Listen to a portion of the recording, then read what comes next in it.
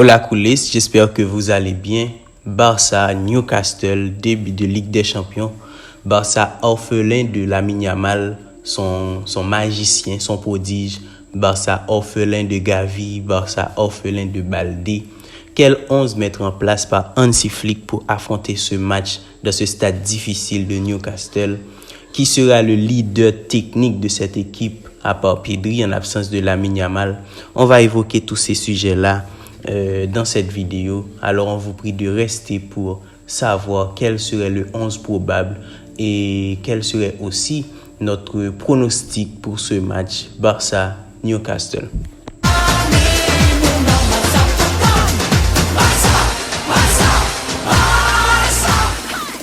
Hier, c'était le début de la Ligue des Champions et il y avait quelques matchs très intéressants, des matchs avec beaucoup de buts et des matchs aussi avec quelques polémiques en se souvenant du Real Madrid, cette équipe de Real qui affrontait cette équipe de Marseille.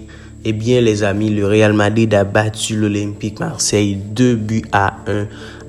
On peut dire que le Real a pénalisé cette équipe de Marseille parce que le Real Madrid a marqué 2 buts sur péno, 2 buts de Kylian Mbappé, 2 buts sur penalty les amis. Durant ces 2 buts de penalty, il y en a un qui nous vient à l'esprit, un qui nous semble louche parce que ce péno n'aurait pas dû être sifflé à cause d'une main involontaire du défenseur, tout comme on se souvient de ce péno-là de Valverde et contre le Barça qui n'avait pas été sifflé. Et bien celle-là aussi ne devrait pas être sifflée à cause d'une main involontaire du joueur qui a taclé le ballon qui a touché son corps avant d'aller se précipiter sur son bras. Mais non, c'est le Real Madrid. Quand le Real joue, il y a toujours penalty. Eh bien les amis, le Real a battu l'Olympique Marseille hier avec 2 buts sur pénalité. C'est le seul équipe qui a débuté le championnat avec un penalty, la Ligue des Champions avec un penalty et ces matchs amicaux avec un penalty. On dirait que même à l'entraînement, il le débute avec un penalty. Alors Cristiano Ronaldo a laissé un héritage parfait pour Kylian Mbappé qui marque beaucoup de penalty durant ces derniers temps les amis.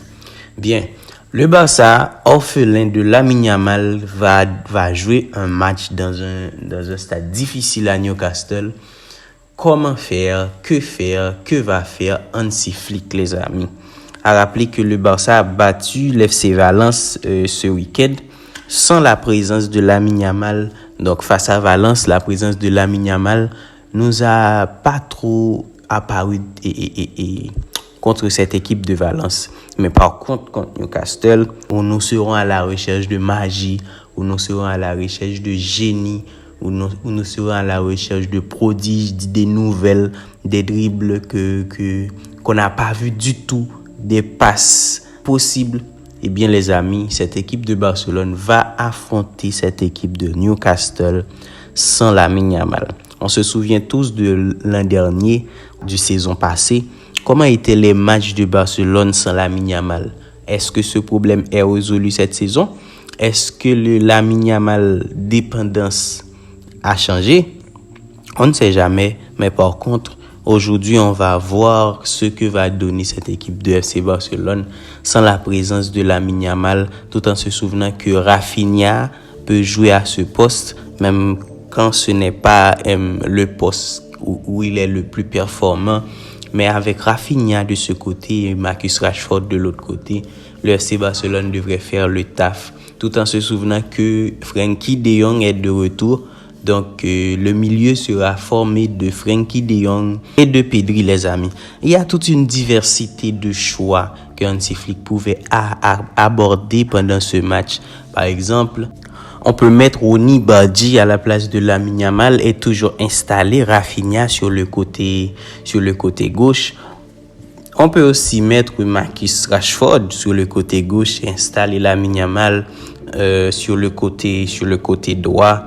On peut jouer avec Dani Olmo, on peut jouer avec Fermin Lopez, on peut faire aussi Pedri avancer d'un cran et ajouter Marc Casado aux côtés de Frenkie de Jong au milieu de terrain.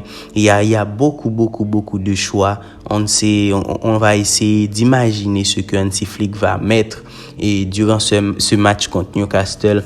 Rappelez que cette équipe de Newcastle est très physique, est très énergique. Et cette équipe de Newcastle aussi a beaucoup de joueurs de haute taille, cette équipe de Newcastle. C'est pour cela que Hansi Flick prépare un coup. On nous dit que Hansi Flick prépare un coup pour affronter ces joueurs. On parle d'une défense avec Ronald Araujo et Andreas Christensen. Dites-moi les amis, pensez-vous que cette défense-là sera la défense idéale pour affronter cette équipe de Newcastle? On se rappelle, en se souvenant tous que Newcastle a quelques joueurs de très haute taille. Quand on parle de haute taille, on parle des joueurs qui sont vraiment hauts. On peut dire Fabien Schär, 1m87 et Joelinton, 1m86. Ce sont des gars de haute taille. Imaginons un peu Pau Cubarsí et Garcia contre ces joueurs dans les jeux, dans les corners, dans les jeux aériens. Imaginez Pedri, les amis, contre ces joueurs. Imaginez Rooney Baldi contre ces joueurs. C'est presque impossible pour ces joueurs-là. Eh bien, les amis, Hansi Flick prévoit de mettre Ronald Araujo et Andreas Christensen en défense centrale pour pallier le manque de hauteur de ces défenseurs. Bon, on espère que ce sera pas comme ça. On espère que ce sera plutôt Pau Cubarsí et Andreas Christensen, puisque défendre bien ne dépend pas seulement du marquage, mais il dépend aussi de la façon dont vous attaquez, de la façon dont vous captez le ballon, de la façon dont vous êtes précis, parce que chaque perte de balle, c'est une manière de montrer la façon dont tu défends bien. Donc, on espère que ça va apporter beaucoup de choses pendant ce match de Newcastle durant l'absence de Lamine Yamal. Passons aux 11 probables qui pourraient jouer ce match contre Newcastle et le FC Barcelone. On sait tous que il y aura Joan Garcia dans les buts, puisque Joan Garcia c'est le meilleur gardien du FC Barcelone pour ce moment. Il n'y aura pas de Chesney, il n'y aura pas de Diego Kochen et aussi Marc-André ter Stegen qui est blessé. Alors, Joan Garcia dans les goals, dans la défense, là où il y a beaucoup de doutes. Moi, je pense que ça pourrait être Andreas Christensen et Pau Cubarsí. Et puis, sur les côtés, ce sera pour le côté droit, Jules Koundé et au côté gauche, Gérard Martin. Au milieu de terrain, tout nous porte à croire que Hansi Flick va installer Frenkie de Jong et Pedri, puisque Hansi Flick l'a déjà évoqué durant ses interviews et dès la semaine, que Frenkie et Pedri sera disponibles pour jouer contre Newcastle. Donc au milieu de terrain, dans le double pivot, on retrouve Pedri ainsi que Frenkie de Jong. En milieu offensif, moi je mettrais Fermin Lopez pour ses bonnes performances contre Valence ainsi que sa capacité d'être juste devant le but en rappelant que Lamine Yamal n'est pas présent. Donc ce serait un plus. Et en plus, c'est Fermin Lopez qui a l'habitude de se décaler un peu sur ce côté droit. Eh bien, ça va pallier un peu à l'absence de Lamine Yamal. Donc, pour cela, pour aussi plus d'intensité, je mettrais Fermin Lopez.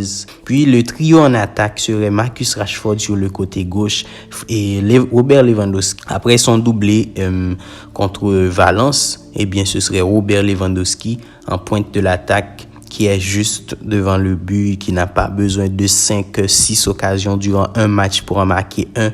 Eh bien, Robert Lewandowski sera en pointe de l'attaque et puis Rafinha sur le côté droit, les amis. Cette formation devrait faire du mal à cette équipe de Newcastle.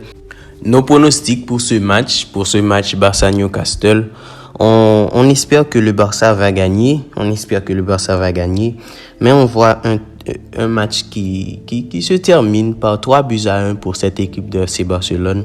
Quand on pense à la défense du FC Barcelone qui va jouer très très haut et cette attaque de Newcastle, les amis, on voit Newcastle marquer un but et marquer près de 3 buts sur hors-jeu.